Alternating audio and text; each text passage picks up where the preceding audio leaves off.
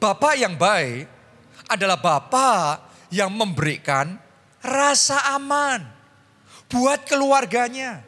Kenapa? Karena tadi kita sudah belajar salah satu arti dari pater, bapak adalah protektor, pelindung.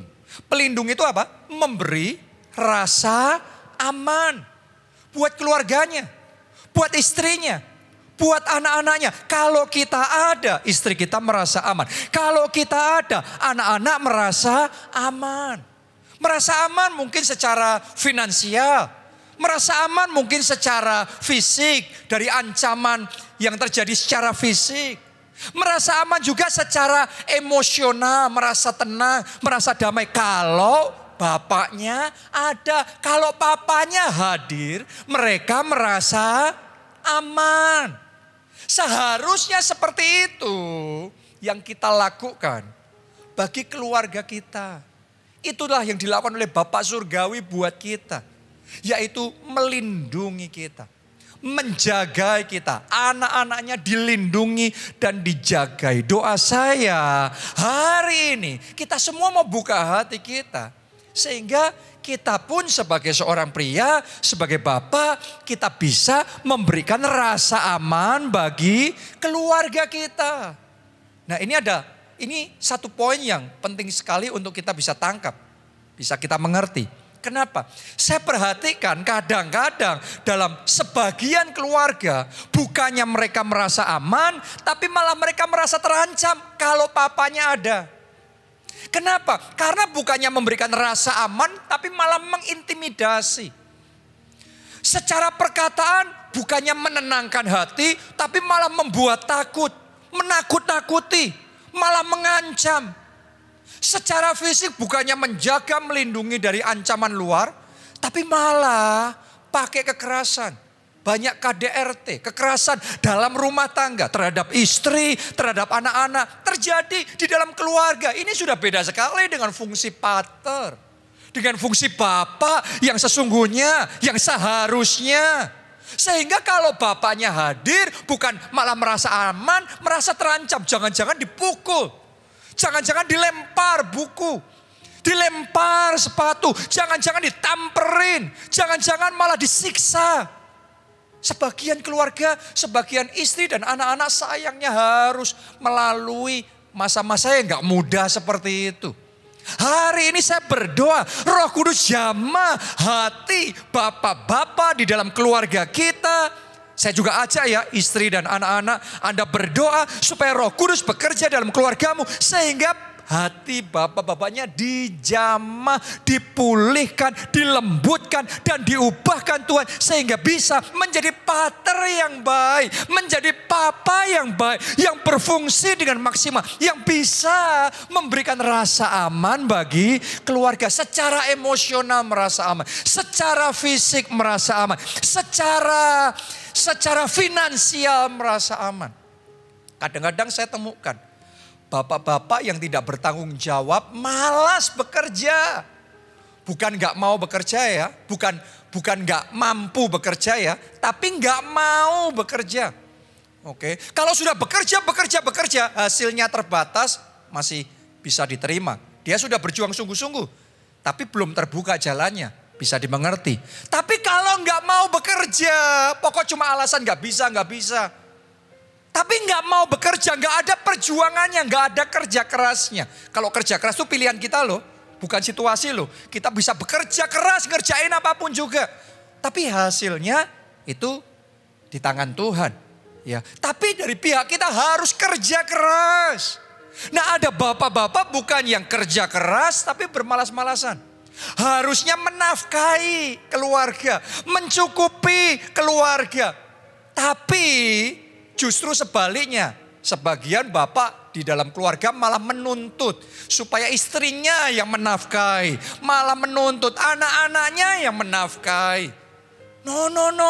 Tidak seperti itu seharusnya. Kecuali kalau sudah tua, gak mampu lagi secara fisik untuk bekerja, oke. Tapi selama kita masih bisa berkarya, saya ajak, saya dorong, saya tantang Anda jadi bapak bapak yang menafkahi keluarga saudara. Anda jadi bapak yang membuat keluargamu merasa aman. Apa yang mereka makan, apa yang mereka minum, apa yang mereka pakai, di mana mereka tinggal. Mereka nggak khawatir karena mereka tahu ada bapak yang bertanggung jawab dalam keluarga itu. Ada bapak yang sayang, yang mau melakukan semua yang bisa dia lakukan untuk mengamankan masa depan anaknya. Oke, saya berdoa saudara dibangkitkan Tuhan jadi bapak yang bisa memberikan rasa aman dalam keluarga. Buat saya, teladan yang luar biasa dalam hal ini adalah Pak Obaja. Gembala senior, bapak rohani kita semua. Oke, saudara bisa melihat gak selama masa pandemi 2 tahun ini. Ada banyak orang takut, banyak orang khawatir. Banyak orang mengalami masalah macam-macam, pergumulan macam-macam. Tapi yang luar biasa dan yang sangat patut kita syukuri, kita punya Bapak yang baik. Kalau dia bicara, bicaranya selalu menguatkan kita. Selalu meneguhkan sehingga kita tadi yang sudah goyah, kita panik, kita takut. Kita jadi tenang kembali. Kita jadi kuat kembali. Kita jadi kokoh kembali. Dia bisa memberikan arahan-arahan yang baik. Nasihat-nasihat yang baik. Sehingga melalui masa yang tidak mudah pun kita dibangun. Kita dimotivasi. Kita didukung. Kita merasa dikuatkan. Dan kita bisa melalui pandemi ini. Kita bukan hanya bertahan, tapi kita berkemenangan. Oke. Jadi hari ini ayo bangkit. Jadi figur bapak yang bisa memberikan rasa aman.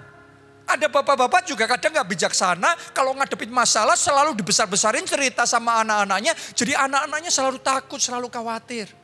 No. Mulai hari ini belajar. Jadilah bapak yang bisa memberi rasa aman buat istri. Buat anak-anak, mereka merasa aman. Ada figur bapak yang siap untuk fight, siap untuk berjuang demi mereka, demi keamanan mereka, demi masa depan mereka. Oke, itu yang kedua. Yang ketiga, seperti apa bapak yang baik? Bapak yang baik yang ketiga memberikan kata-kata pujian yang tepat dan menguatkan.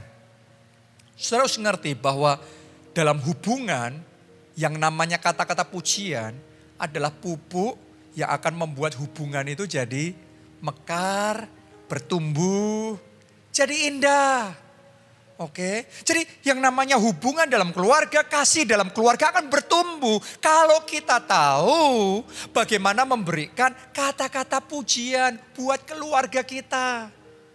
Kadang-kadang di budaya timur, kita rasanya kayak sungkan atau kadang-kadang sebagian orang tua kayak enggan untuk memuji anaknya. Di satu sisi bangga sama anaknya, tapi kalau sama anaknya nggak pernah memuji. No. Itu bukan budaya kerajaan Allah loh. Bukan budaya yang seharusnya kita kembangkan. Ya, kita harus belajar seperti apa seharusnya kita dari firman Tuhan. Matius 3 ayat 16 sampai ayatnya yang ke-17. Sesudah dibaptis, Yesus segera keluar dari air. Dan pada waktu itu juga langit terbuka. Dan ia melihat Roh Allah seperti burung merpati turun ke atasnya. Lalu terdengarlah suara dari sorga. Suara dari sorga ini siapa? Suaranya Bapak Surgawi. Berarti Bapak Surgawi yang sedang bicara ini. Mari kita lihat ya. Bapak Surgawi kalau ngomong ini sama Yesus. Ya. Nah, ngomongnya apa?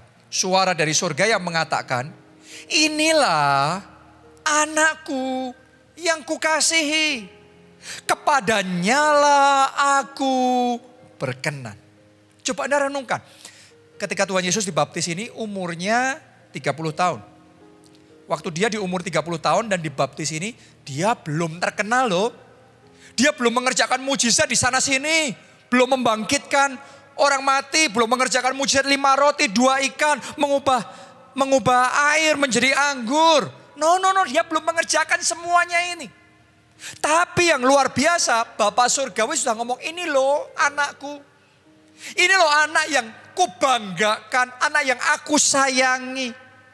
Kalau saya bisa terjemahkan dalam bahasa kita sehari-hari ya. Karena ditulis sana, inilah anakku yang kukasih, kepadanya lah aku berkenan. Artinya Bapak surga ngomong, ini anakku, kamu bangga sama dia. Coba Anda renungkan, belum ngelakuin apa-apa tapi Bapak surgawi sudah membanggakan, sudah memberikan pujian buat dia.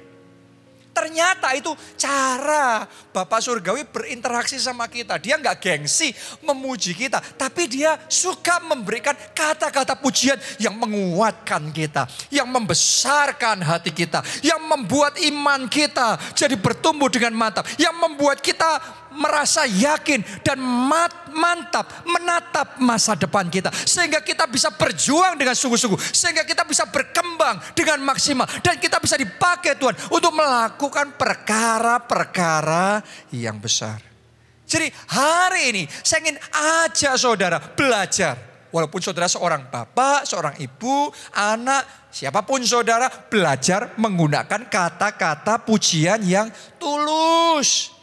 Oke, jadi belajar mulai sekarang.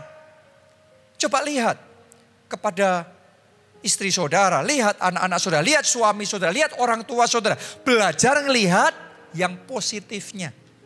Belajar ngelihat yang baiknya. Kalau saudara langsung jawab sama saya, wah kalau orang tua saya nggak ada baiknya. Kalau istri saya apanya yang baik dari dia ya. Kalau suami saya apanya orang kayak gitu dipuji. Masa kayak gitu dipuji. Saya berdoa Roh Kudus mencelikkan mata rohani kita sehingga kita bisa melihat yang baik dalam hidup setiap orang.